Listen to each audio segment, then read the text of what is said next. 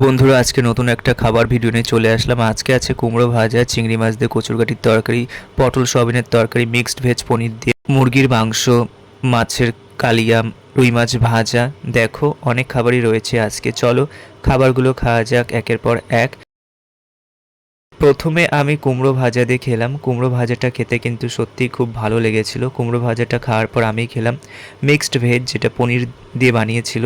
পনির আর mixed veg খেতেও কিন্তু খুব ভালো লেগেছিল।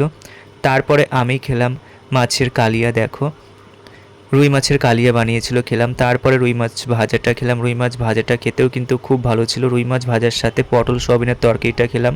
পটল সয়াবিনের তরকারিটা খেতে খুব ভালো লেগেছিল, যেহেতু রুই মাছ ভাজা দিয়ে খেয়েছিলাম তাই। তারপরে খেলাম কচুরগাঠির তরকারি, যেটা চিংড়ি মাছ দিয়ে রান্না করেছিল। কচুরগাঠি কিন্তু আমার খেতে খুবই ভালো লাগে। দেখো ছোট চিংড়ি মাছ দিয়ে রান্না করেছিল, তাই তরকারিটা খুবই ভালো লেগেছিল। তারপরে খেলাম মুরগির মাংস দিয়ে।